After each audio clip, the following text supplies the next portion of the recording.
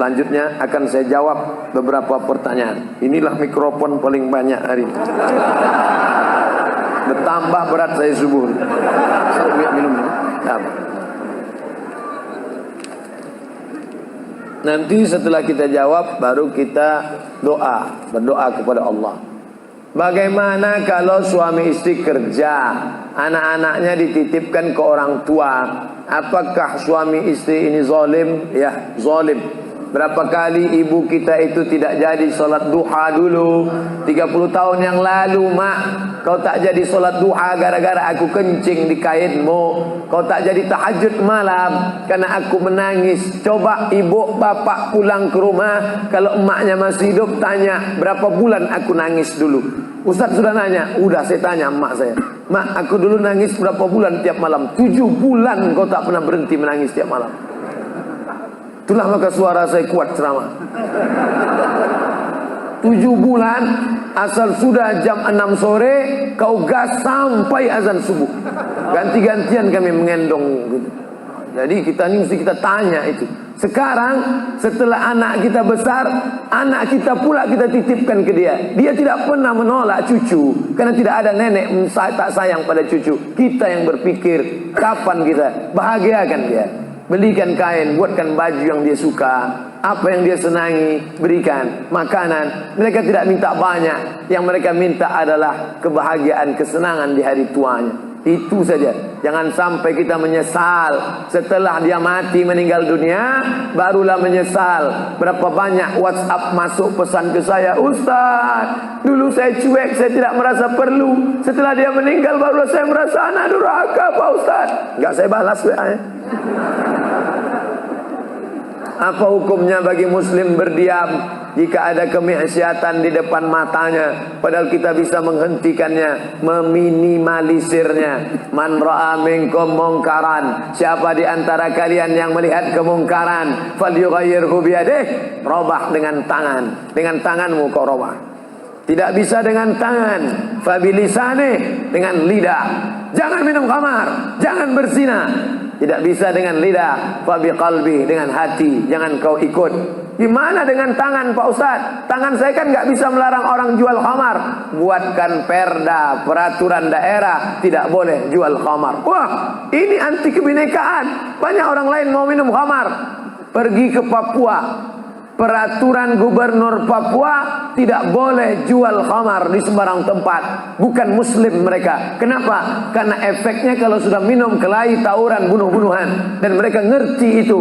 Padahal mereka, kau bukan saudaraku satu keyakinan, tapi kau saudaraku satu kebangsaan. Sama-sama menganggap, memahami bahwa khamar itu merusak otak akal manusia. Mau Hindu, mau Buddha, mau Kristen, mau Ortodok, mau Koptik, semuanya percaya bahwa ngelem itu tidak baik. Betul? Tunjukkan saya mana agama yang mengatakan boleh ngelem. Nggak ada. Oleh sebab itu maka cegah kemungkaran. Dengan apa? Dengan perda, peraturan daerah. Yang buat perda itu siapa? Yang buat perda itu siapa? DPR. Yang milih DPR siapa? Kita. Kapan kita milihnya? 2019. Kalau begini banyak suara, begini banyak. Wah, politikus kalau sudah melihat orang banyak begini, beda dengan pedagang. Kalau pedagang melihat banyak, dia pikir ini untungnya berapa nih. Tapi kalau politikus melihat banyak, wah ini 2 kursi nih. Oleh sebab itu ramaikan masjid, semangat sholat subuh berjamaah. Allahu Akbar. Ada hadis menyatakan sebaik-baik shop wanita di belakang. Tapi di sebagian masjid shop berjamaah wanita ada yang di sebelah dengan pria, dikasih pembatas. Mohon penjelasannya. Kenapa perempuan lebih baik di belakang? Karena tidak ada satir. Satir itu kain penutup hijab. Makanya perempuan lebih baik di belakang. Karena di antara perempuan dan laki-laki itu ada anak kecil dipasang shop di belakang. Maka perempuan yang di belakang itu paling baik karena dia tidak melihat laki-laki. Laki-laki paling baik di depan karena dia tidak melihat perempuan. Sedangkan kalau ada temboknya, ada dindingnya, ada kainnya, bisa dibuat di samping Masjid Istiqlal. Itu dibuat di samping kiri atau di atas. Masjid Hasan II di Casablanca, Maroko, itu dibuat di atas. Jadi yang menjadi ilat sebab hukum dalam hadis itu bukan depan belakangnya, tapi dinding pembatasnya. Maka ada pembatas. Masjid ini sudah baik, bisa dibuat di atas, bisa dibuat di samping, dan kalau jamaah tidak banyak, dibuat di belakang, dibuat dengan tirai. Tirainya penutup sampai ke kepala. Karena ada juga tirai saya lihat hanya sampai ke pinggang. Itu nggak ada gunanya. Karena orang tetap bisa melihat. Nah, ini masalah melihat.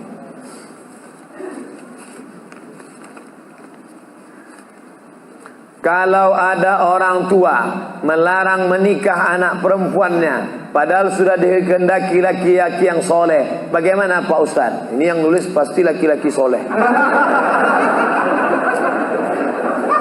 Idza ja'akum man tardawna dinahu.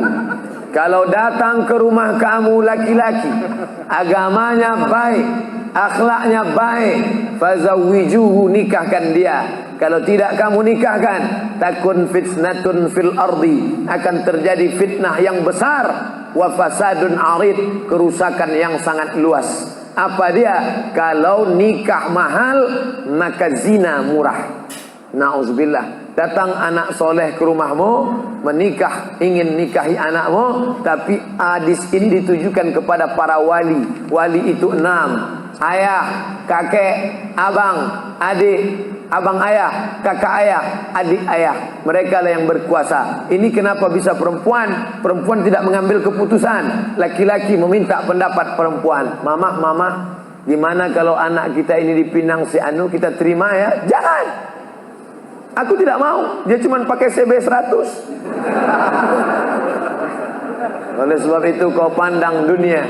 Kalau kau pandang dunia, akhirat belum tentu dapat. Tapi kalau kau pandang akhirat, maka dunia akan bersimpuh di bawah tapak kakimu. Berapa banyak dulu laki-laki menikah susah. Ustaz Somad, kami dulu pertama menikah susah, makan sekali sehari, tempatnya pun tak ada.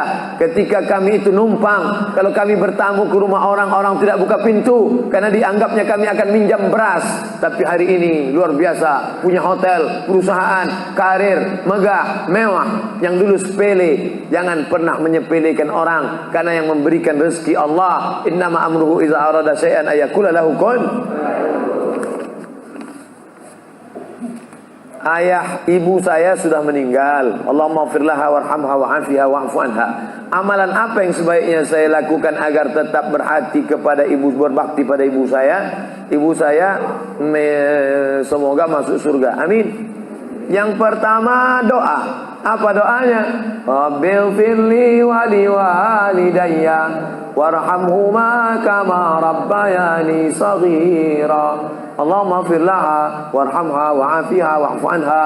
Yang enggak bisa bahasa Arab Pak Ustaz, bahasa Indonesia. Ya Allah, jauhkan emakku dari neraka jahanam, berikan dia kebaikan, jadikan kuburnya salah satu dari taman surgamu, jangan jadikan kuburnya salah satu lubang nerakamu, berikan dia ketenangan ya Allah, ampunkan segala silap salah dosanya ya Allah. Yang pertama. Yang kedua, baca Quran. Wa in khatimul Quran, yang paling afdal dibaca khatam Quran, satu khatam. Untuk almarhumah emakku, aku hadiahkan pahala bacaan Quran sekhatam. Kalau tidak bisa satu khatam, bacakan Yasin, hatinya Quran. Kalau tidak baca Yasin, jurus terakhir Ummul Quran Al-Fatihah. Al-Fatihah pun tak bisa, mati aja lah. Yang ketiga, sedekah.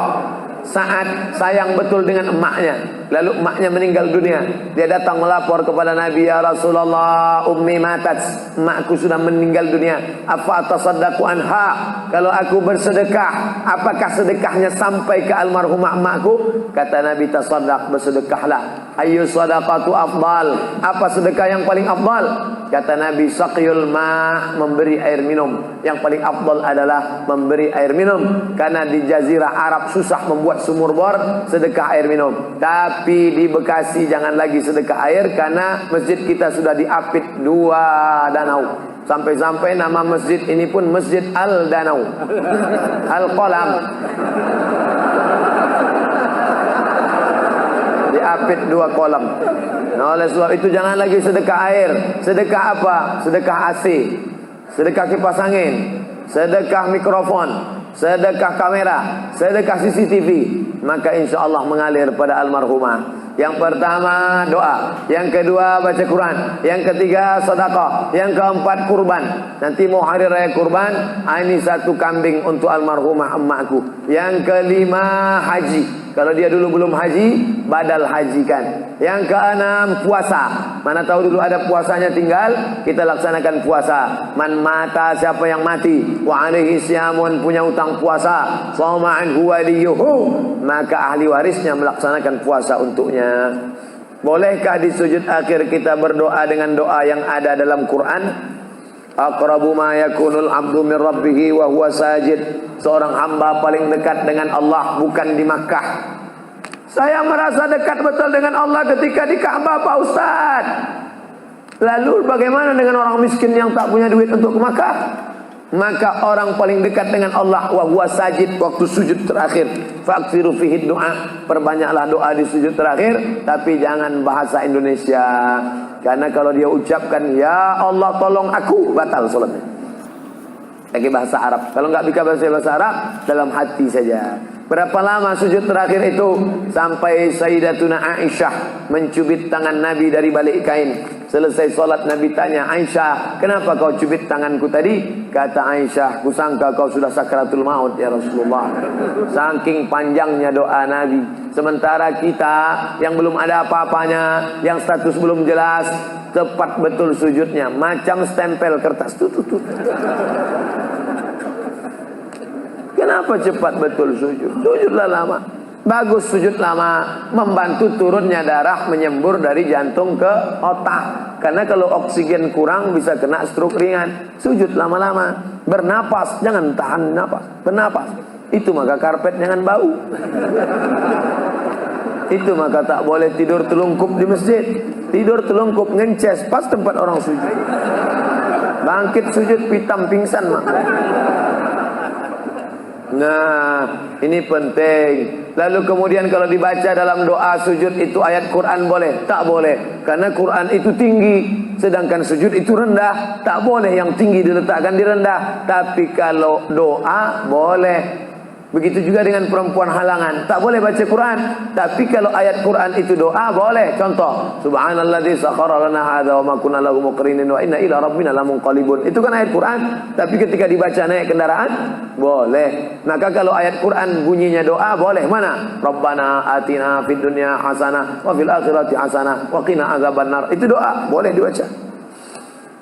Saya seorang kepala rumah tangga, tinggal di rumah milik mertua. Sebagai kepala rumah tangga, apakah saya belum menunaikan kewajiban sebagai suami untuk membeli rumah tinggal buat keluarga? Ada ideal, ada darurat. Idealnya kau punya rumah, karena kewajibanmu hai kepala rumah tangga laki-laki ada 5. Kasih makan, kasih pakaian, kasih tempat tinggal, kasih pendidikan, kasih perhatian. Itulah kewajibanmu sebagai laki-laki. Beri makan, beri pakaian, beri tempat tinggal, beri pendidikan, beri perhatian anak dan istrimu. Tapi kalau kau tidak bisa, maka mertuamu baik, maka tinggallah di sana. Ya tidak apa-apa. Cuman kita tahu bagaimana bersikap sebagai seorang menantu, bagaimana dengan saudara-saudara ipar, bagaimana dengan mertua. Nah ini, kebetulan mertuanya baik. Alhamdulillah, bersyukurlah bapak-bapak yang dapat mertua baik. Persiapan apa yang diperlukan dalam memasuki umur 40 tahun? Enggak ada nunggu 40. Karena malaikat datang tak nunggu 40. Anak muda hafal 29 juz, tinggal 1 juz lagi. Mandi di sungai, terpeleset batu, mati. Mana muda? Orang tua sudah 70 tahun diponis dokter mati. Saya sudah diponis dokter katanya 3 bulan Pak Ustaz. Sudah berapa bulan Pak? Udah tahun setengah, enggak mati-mati. Jangan terlalu yakin dan percaya kepada kata manusia. Tapi saya tetap berobat ke dokter, saya tetap berobat ke rumah sakit. Tapi masalah keimanan, maka itu yang di atas. Innama amruhu iza arada syai'an ayakula lahu kun. Kalau sudah berumur 40, hati tak juga terbuka, tak juga tobat, tak juga insaf, na'udzubillah, dikhawatirkan tertutup pintu hati. Musibah bukan sakit, musibah bukan miskin. Musibah tertutup pintu hati. Khatamallahu ala qulubihim wa ala sam'ihim wa ala absarihim. Makin tua makin menjadi-jadi. Tak salat, tak puasa, tak berzakat. Akhirnya mati dalam keadaan sakau. Mati dalam keadaan dilokalisasi. Sudah jelas umur 70 tahun, tetap juga mau berzina. Nafsu ada, tenaga tak ada. Dimakan Viagra 1 botol. Sama macam kap 70 diisi minyak pesawat. Meletup, bam. Mati. Bagaimana hukumnya kalau sedang sa'i baca Mars, Banser, dan membacakan teks Pancasila yang videonya sekarang sedang viral? Ini memancing saya supaya orang bully saya aja. Saya dibully orang itu biasa, tak masalah. Cuman saya kasihan jamaah.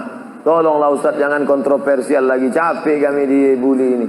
Nah, jamaah ini tak tahan, kasihan saya dengan jamaah. Jadi dalam masalah ini saya mengutip jawaban dari Kiai Nahdlatul Ulama yang sudah share membuat tulisan tentang beberapa terkait masalah membaca. Balik sajalah kepada zikir yang maksur yang diajarkan Nabi Muhammad sallallahu alaihi wasallam.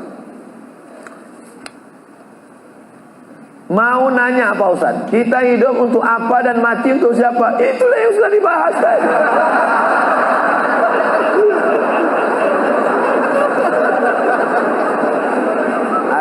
Artinya pertanyaan ini dibuat sebelum pengajian tadi. Kakak boleh suuzon. Kertas terakhir. Ada lagi. Kertas, kenapa Allah membolehkan poligami? Apa hikmah? Fankihu ma tabalakum minan nisa. Nikahilah nisa. Itu syaratnya yang pertama. Yang dinikahi itu nisa. Makanya laki-laki menikahi perempuan. Karena Allah menciptakan Adam dan Hawa, bukan Adam dan Asep. Setelah kau pilih nisa, syaratnya bagaimana? Min thayyibat fankihu ma taba, yang baik. Kalau laki-laki thayyib. Thayyib itu artinya baik. Sekarang thayyib sudah berubah, enggak pulang-pulang.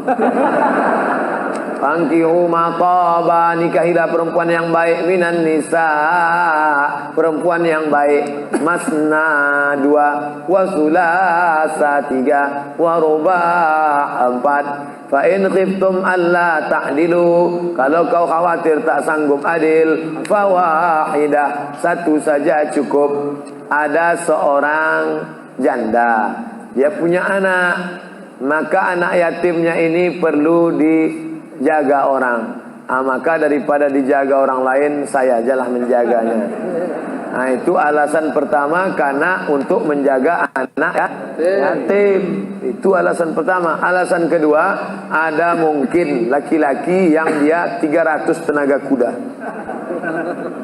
Tak bisa dia kalau tak poligami. Tak cukup satu. Kalau sampai satu tu mati bu tu. Tuh. Jadi perempuan tidak boleh mengatakan lebih baik lakiku berzina. Oh enggak. Maka dia harus berlapang dada menerima 300 tenaga kuda. Yang ketiga, untuk menghibur. Nabi Muhammad itu 25 tahun monogami, istrinya cuma satu, Khadijah saja. Jadi jangan katakan dia penyakit seksual, dituduhkan orang sekuler, liberal, kafir, munafik. Nabi Muhammad itu 25 tahun dalam keadaan lajang, tidak pernah berzina. Mereka menggelar dia Al-Amin. 25 tahun dalam keadaan istri satu, Khadijah. Setelah 50 tahun barulah dia menikahi beberapa perempuan dengan alasan karena suaminya mati perang. Kalau dia dalam keadaan terluka, dengan alasan karena untuk mendekatkan hubungan dakwah kesukuan. Kalau dinikahi anaknya, maka suku itu akan menjadi tunduk, dengan alasan banyak. Nah, itu jadi bukan hawa nafsu, karena 50 tahun dia mampu mengontrol hawa nafsunya.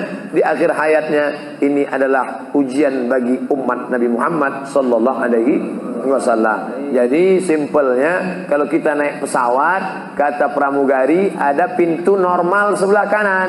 Ladies and gentlemen, all of our passenger, seluruh penumpang, sebelah kanan pintu naik dan turun. Tapi bila terjadi pesawat meledak, atau masuk jurang atau meletup, ini emergency door. Ini boleh dibuka. Nah, jadi kalau mau buka itu bukalah.